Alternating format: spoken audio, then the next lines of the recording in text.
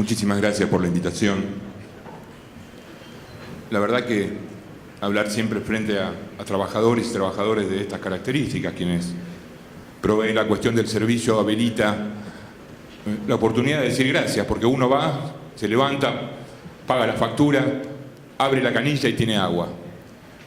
Rara vez nos ponemos a pensar qué hay detrás.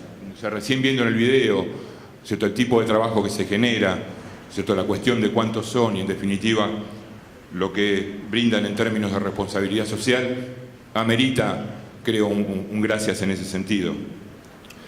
Y lo cierto es que estoy aquí también representando algo que participa de este evento, que es la Cátedra del Diálogo, la Cátedra del Diálogo Interreligioso y el Diálogo entre las Culturas, un espacio que se generó junto a un instituto de diálogo en términos de visualizar y de alguna manera poder contribuir en marcos teóricos y en marcos simbólicos a aquellas cuestiones que tienen una raigambre profundamente humana, como es la cuestión relacionada con el agua.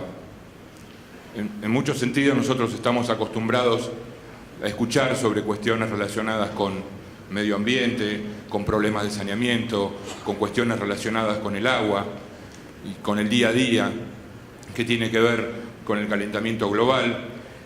Y a veces tengo la percepción de que nosotros esperamos de aquellos lugares académicos o de los marcos pura y exclusivamente científicos una solución mágica que llegue en términos de resolver el problema y que, con independencia de aquello que nosotros hagamos hoy en este sentido relacionado con estos recursos estratégicos, va a ser resuelto quizás por algún genio que invente una pastilla que la vamos a tirar en el medio del riachuelo y en 24 horas el mismo va a estar saneado.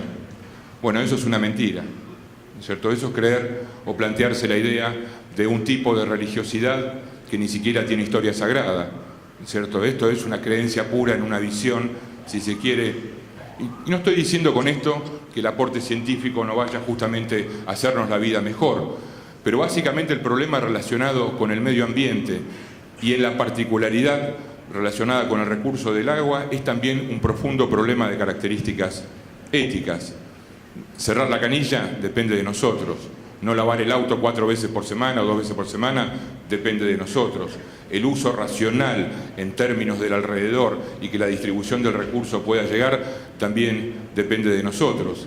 Entonces, en la espera, ¿no es cierto?, de encontrar ámbitos de resolución que puedan tener que ver con el marco de lo científico, también entendamos que la cuestión, como lo plantea el Papa en el Laudato Si', es profundamente ética y profundamente humana, porque la idea de casa común no se refiere pura y exclusivamente al hábitat en el cual nosotros transitamos a nivel mundial. La casa común empieza adentro. Cada uno de ustedes es una casa común, cada uno de nosotros somos una casa común, nuestra familia es una casa común, el barrio es una casa común, y así es un círculo concéntrico que llega a la idea de universalidad. Y estamos hablando específicamente de una cuestión de ecología, no solamente de la verde y la que a veces se pone de moda, sino aquella que es estricta y profundamente humana. Yo hace muchos años que soy funcionario, que trabajé en diferentes áreas, siempre relacionadas con lo social. Me tocó también en un momento trabajar en el ámbito del riachuelo, en el ámbito de la CUMAR, de la Autoridad de la Cuenca Matanza-Riachuela, que hoy preside el rabino Sergio Berman. Tenía un enfoque diferente, no necesariamente estaba relacionado con aquellas cuestiones que tenían que ver con el agua directamente, estaba más relacionado con ámbitos que tenían que ver con la vivienda. Ustedes saben que en las márgenes del riachuelo, después del fallo de la Corte Suprema, se ordenó en el hecho de sacar a todos los habitantes que vivían ahí al costado de lo que se llama o lo que se conoce como Camino de la Sirga, para generar un camino y una viabilización. La obra de AISA que se pondrá en marcha, el proyecto que se hizo en la gestión anterior, el hecho de llevarlo a cabo que se va a hacer en esta gestión, que es la colectora del margen izquierdo. Pero ¿saben qué? En términos de percepción, el agua nos hizo una devolución ahí. Nosotros conocemos, en el barrio le decimos el agua podrida, ¿no es cierto?, el agua que está ahí en el riachuelo. El agua nos hizo una devolución. No es solamente el riachuelo el problema ahí. El agua obviamente tiene unos niveles de contaminación altísimos, pero si uno se pone a mirar la cuenca en términos generales, el agua ha contaminado el resto. Ha riachuelizado a la gente, ha riachuelizado a la industria, ha riachuelizado a la vida silvestre. ¿Y qué quiero decir con esto? Que el síndrome de esa contaminación, producto de la imprudencia en términos de la preservación del recurso natural, le ha hecho la vida más difícil y más compleja a los 5 millones de personas que viven y son habitantes de la cuenca. En la multiplicidad de los sentidos. Ahí es difícil trasladarse, los niveles de salud del margen del riachuelo son realmente terribles. Las industrias tienen a veces muy poca o muy baja responsabilidad en términos que hacen lo que se le dice a Acumar, generan la planta de tratamiento y generan una canilla al margen y al costado para seguir tirando los desechos porque es bastante más barato. Entonces, esa es una mentalidad riachuelizada.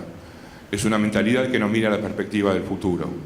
Es una mentalidad que tiene que ver con un profundo cambio cultural que tenemos que generar justamente para esto que yo les venía diciendo, o que yo al menos pienso en términos de lo que les decía al principio. Es un profundo problema de características éticas.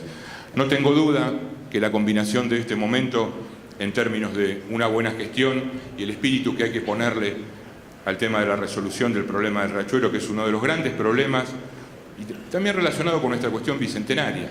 Nosotros no podemos empezar o plantearnos la idea de un bicentenario real en términos de lo que es la argentinidad si no tenemos un plan para resolver este tipo de problemas. Por otro lado, es un tema de justicia social.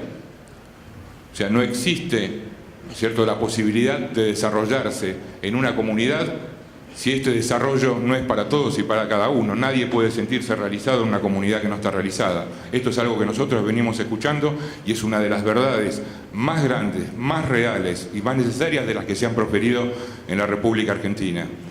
Entonces, en este sentido, la cuestión del recurso, la cuestión de desriachuelizarnos, valga el neologismo que yo escuché alguna vez, en la redención del agua en términos de justicia social y básicamente un profundo derecho humano, es que las políticas públicas que tienen que ver justamente con estos menesteres tienen que generar la cultura necesaria, una cultura verdadera del agua en términos de aquello que mencionamos que es vida. El agua es vida. Bueno, el hombre, el ser humano, a veces tiene la facultad de transformarla en muerte. Yo cito siempre el Corán, yo soy musulmán. El Corán tiene un versículo que dice: ¿no han observado aquellos que no creen que el cielo y la tierra eran una sola masa que disgregamos e hicimos crecer a todo ser vivo a partir del agua? La verdad es que de la misma manera, ¿no es cierto?, que el efecto de la creación, ¿no es cierto?, tuvo que ver con la idea de los seres vivos que surgen del agua, en la medida de que nosotros no tenemos la responsabilidad ética de este recurso, lo vamos a transformar en un ámbito de aridez, en un ámbito de muerte. Incluso también en el sentido geopolítico. Mucho de lo que ocurre en el mundo moderno hoy tiene que ver con las visiones estratégicas que se tienen en cuanto a los recursos. Nosotros tenemos el recurso del agua. Hay pueblos que tienen otro tipo de recursos. Esos recursos tienen que ser lo suficientemente soberanos, lo suficientemente concientizados para que no se terminen transformando en una maldición.